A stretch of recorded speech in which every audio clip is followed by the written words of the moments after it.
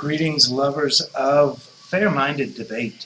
So I just watched the Candace Owens, Marc Lamont Hill debate, and there were some very good things that came out of it. But this is not the first time something like this has happened in recent history.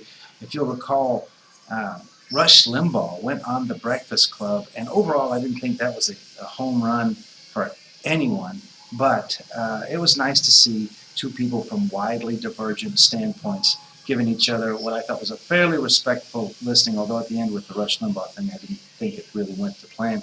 And this one, I wanted to make a point that there are a few books that are on my potential for reading now because of watching this. Candace Owens' Blackout, Marc Lamont Hill's Nobody.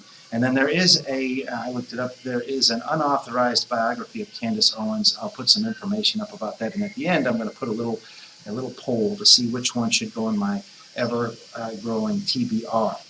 That said, the debate itself, I did like the fact that, it remained calm and respectful the entire way through, although there were a few eye rolls. I think that, Candace Owens in debate, I think she tends to get a little bit emotive, and that doesn't always work well. The same thing with, and I forget his name, the Charlie Kirk with Turning Point. I think sometimes he is so, he clings so tightly to a few points that it's not persuasive. And if the goal of a debate is either to persuade the other person, which often happens when this is involved, or if it is intended to sway an audience that may or may not be fully committed to one side or the other, then I just think that you need to be a little bit more pragmatic about it.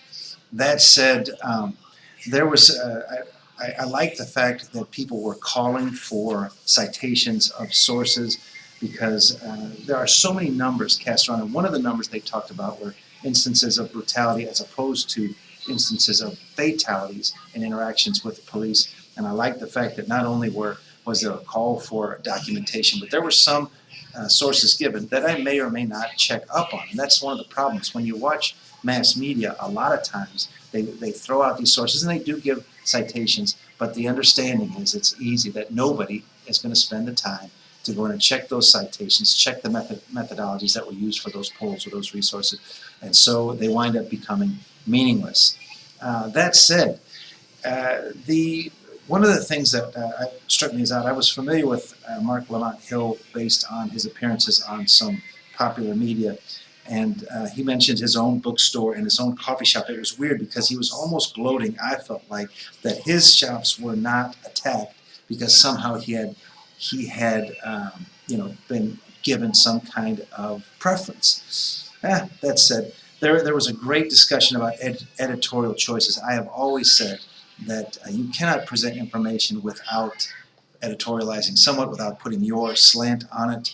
There was this great discussion about creating conditions for success and equality of opportunity, which it was good to see that Candace Owens was already literate and conversant about Walter Williams and Thomas Sowell, who both make strong arguments for equality of opportunity being the case, but equality of outcome not being guaranteed and should not be guaranteed. She uses the soft bigotry of low expectations, I think, a little bit too much at times, but it was nice to see that when Marc Lamont Hill was talking about the SAT specifically and the metrics that are used, and those are metrics that are very real for young people. I was 18 once, I think, a long time ago. And there was some, I guess, misunderstanding about concrete data and what it means to have concrete data. Because again, no matter what the source of information is, people are going to disagree about the meaning of that information. And of course, unless you really dig deep, it's hard to know what is valid and what is not.